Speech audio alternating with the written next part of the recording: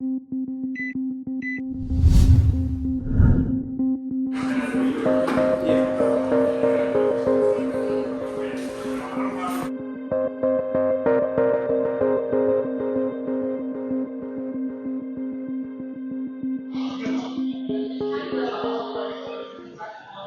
you, Councilwoman McCraney, for agreeing for this conversation. I was at the Metro Council meeting last Thursday now and heard your comments and really just wanted to follow back up with you just to get a better understanding of of the conversation that the council is having around the People's Consent Decree resolution.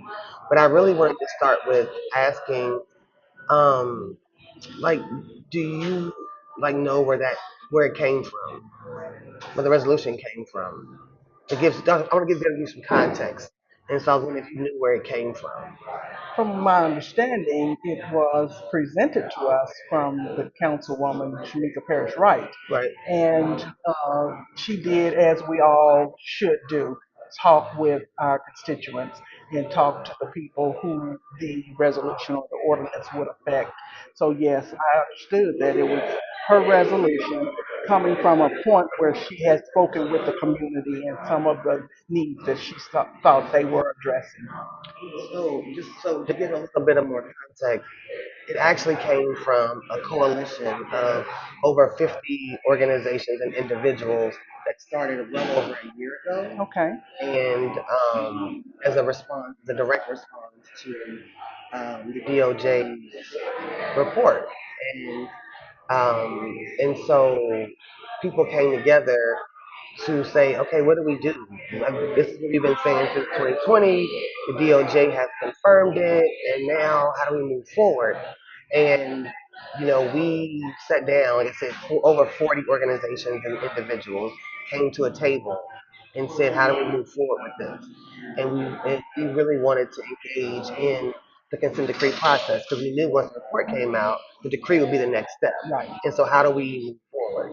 And so, to that end, the people's consent decree was born. But no one at that table had faith in Louisville Metro government, had faith in the police department or the FOP that the right thing would be done. And so the resolution then was drafted off of the demand that we ask of the city to show good faith in moving forward in that consent decree process. And so I wanted to give you that context, so it wouldn't seem or appear like Shamika was just like doing this thing on her own. Yes, that's correct. And I so didn't think that. I just kind of wanted to.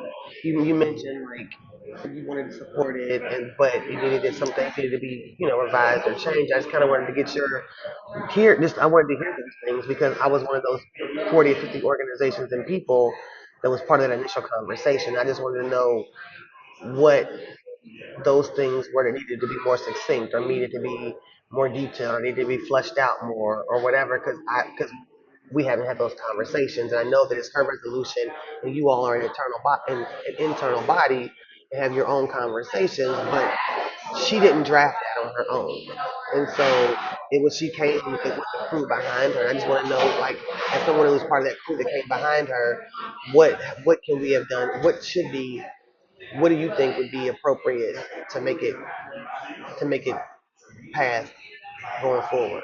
Well, first, let me give you some context as far as my position on council. I was elected 2 years ago as the president pro tem. With that comes the responsibility of caucus chair. So it's my job, if you will, to be the whip. So I have to whip up the votes to make sure good resolutions and ordinances pass. So it is in my job to always talk with every council person to make sure I understand where they stand on a particular issue. So with this particular resolution, it was done just like most resolutions are done. You speak with people, you find out what the problems are, what you can put forth that might help that issue. So that's the process.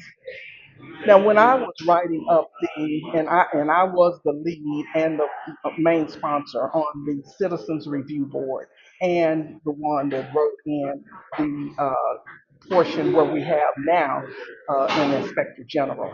So in doing so, I didn't just write it on my own. I wrote it up, but I led a 32 member community board to have input. So it's everybody's voice and their concerns. And I made sure that everything was placed in that ordinance so that it would pass. Now, it wasn't easy to pass it because everybody didn't want to talk about the police department. Nobody wanted to really have a citizens review board that was going to actually hold the Louisville Metro Police Department accountable. But that's what I set out to do. That was my mission. So with the 32 member coalition that we put together, and it was the mayor's office giving me the blessing to go ahead with the ordinance, whether they wanted it or not. I was going to do it. I came on the council with the intent of doing it because I served on the it was a shell of a citizens review board with no authority. So I knew that I needed to strengthen that.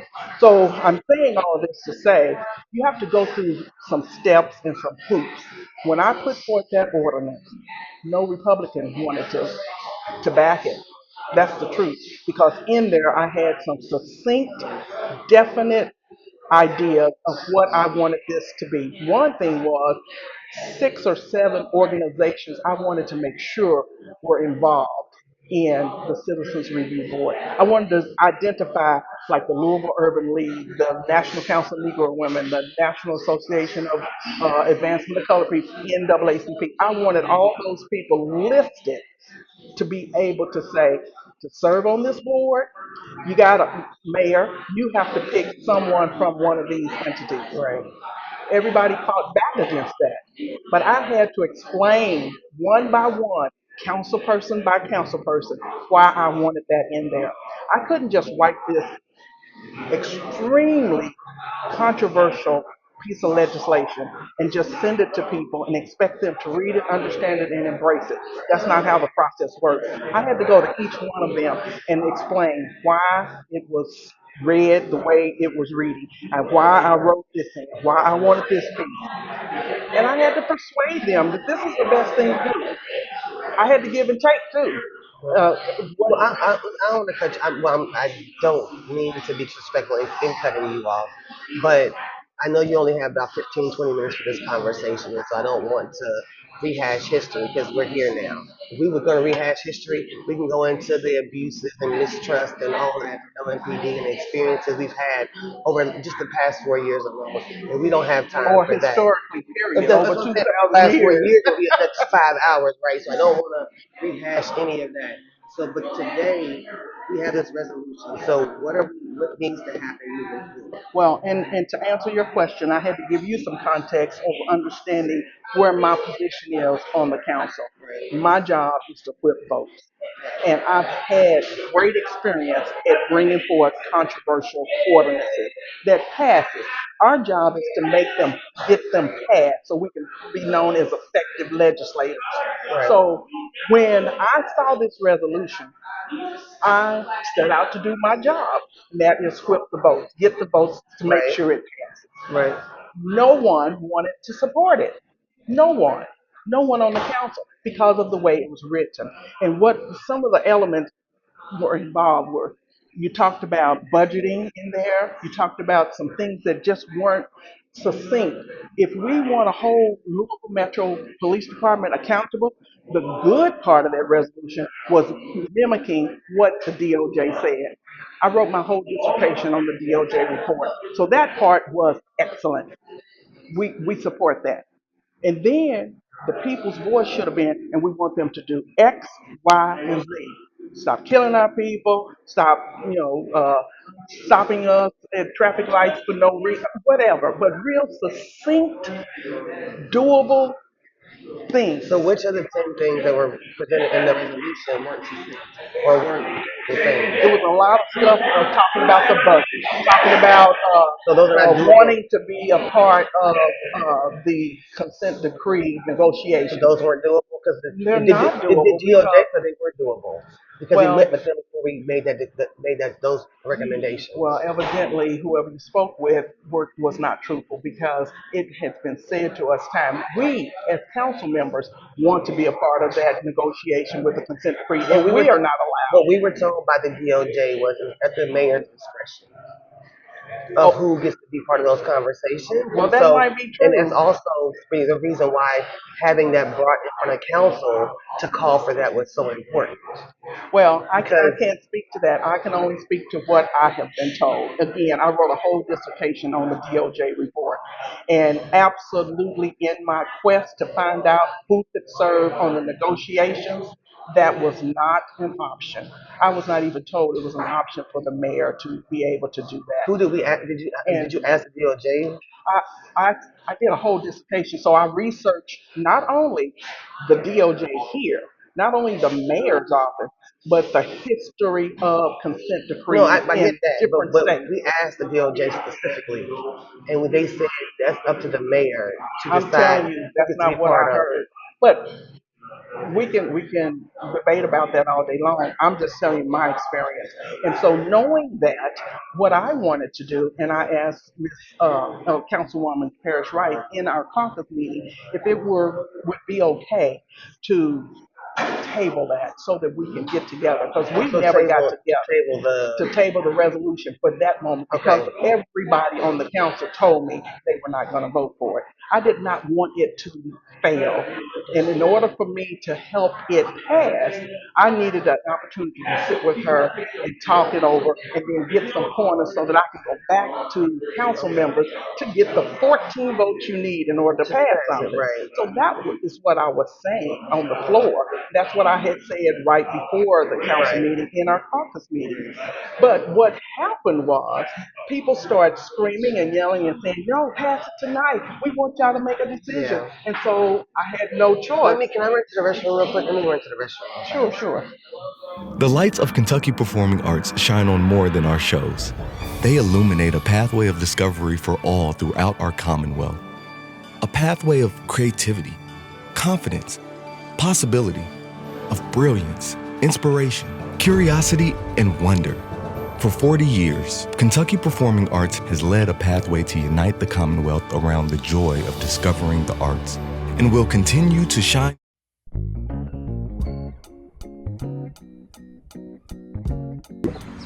I'm Nicole Banks with Nikki B Aquatics. My email address is nikkibaquatics@gmail.com. That's nikkibaqatics@gmail.com. Pricing is 1 years old to 12 is $30 per session. 13 to 17 is $45. So if you're interested in swimming, you can reach me at nikkibaquatics@gmail.com. That's nikkib aquatics aquatics@gmail.com. Thank you.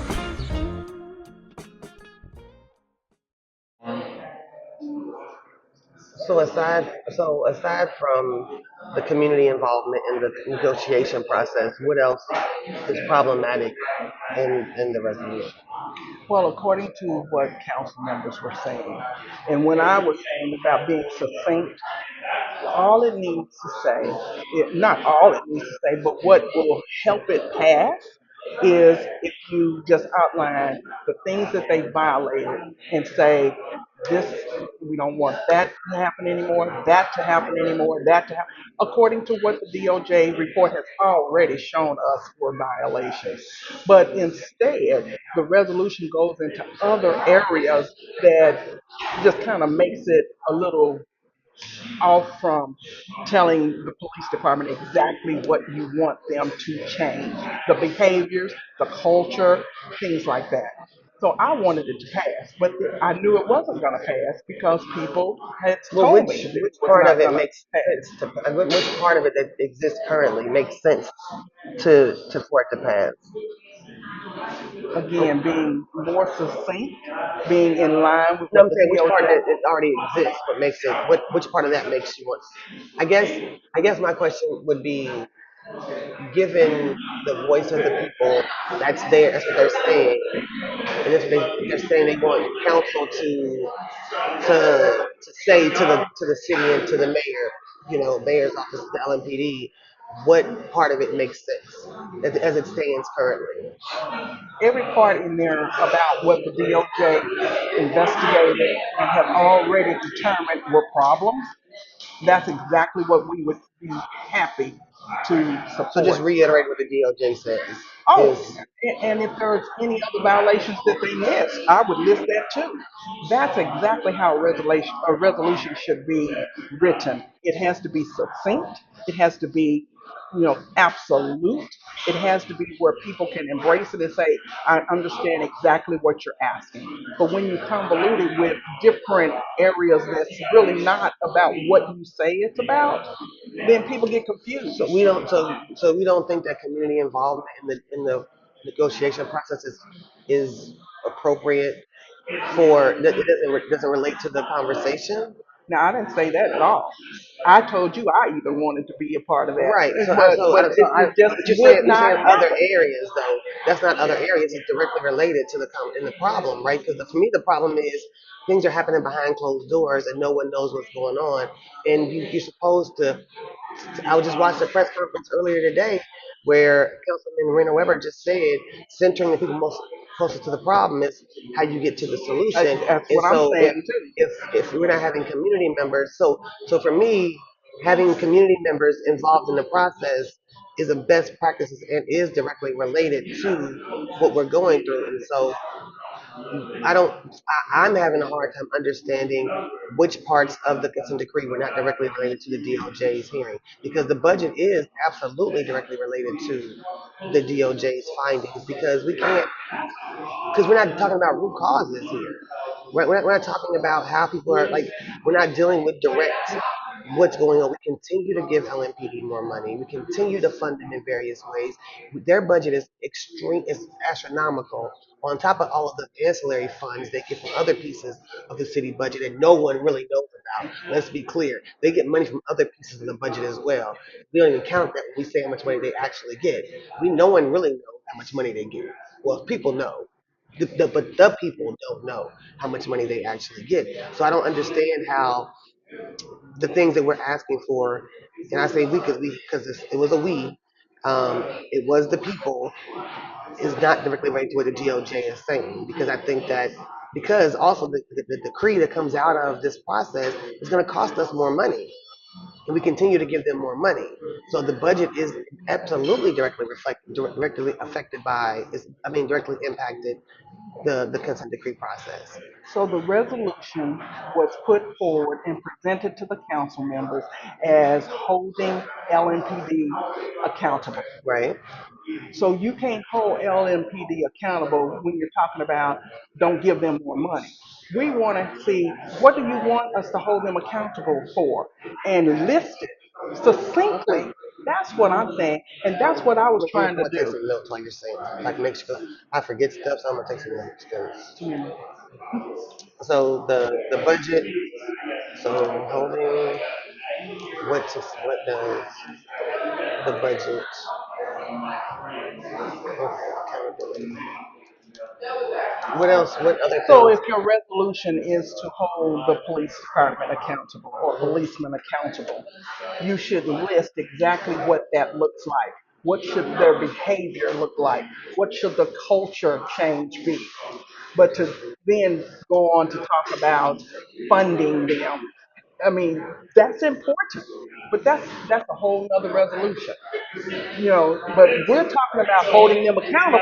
So let's be succinct. That's what I was saying would help it pass. Because the whole idea is to get it passed. Right. So I guess then what I'm hearing is like not apples and oranges, but because the DOJ report was not just about LMPD. It was about Louisville Metro as a whole, as a governmental entity. So again, to me, the People's Consent Decree addresses those things. The budget is definitely a the our resolution was directly responding to the DOJ's report of both the city and the Metro Police Department's behavior, and so the budget is affected by both of those. And so I think what I'm hearing you say is there should be multiple resolutions addressing each one of those issues. What I'm saying is For this resolution to be passed, it must be succinct. It was presented as a resolution to hold the police department accountable. If that is what the resolution is about, then let's list exactly what that behavior looks like. And it has to be succinct. The whole idea for a legislator to be effective is to get resolutions and ordinances passed. It just was not going to pass in its original state. So, in order for it to pass, we have to write it in the manner that will help it pass. And that's what I was saying. So now that it hasn't passed, do you think that like so? What do you think? What do you think next steps are? Like go back to for her to go back to the drawing board, or us to go back to the drawing board? Are you planning on going to the draw? What are the next steps? What does the next step looks Well, it's the author of the resolution that should consider the next step. And so if she can talk with her colleagues and find out what it is that they could not support, then listen to, you talk about listen to the people, you got to listen to the constituents and you got to listen to the colleagues as well. Because to be effective, you got to get things where people can understand it and will pass it. Bottom line is passing legislation. like? Okay. Thank you so much. I appreciate it. I appreciate you sitting down.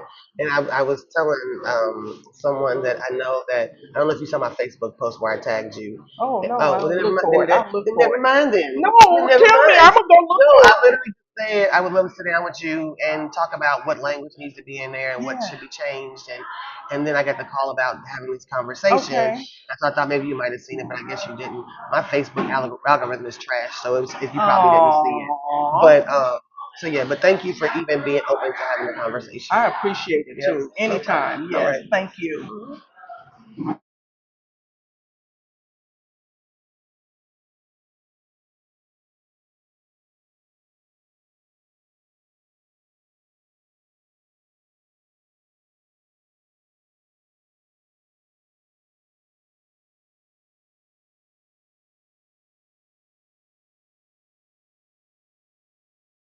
Si no haces Si nada no más, haces Si no nada haces más. nada más, Si no haces nada más. si no haces nada más, Si no haces nada más. si no haces nada más, Mantente vivo.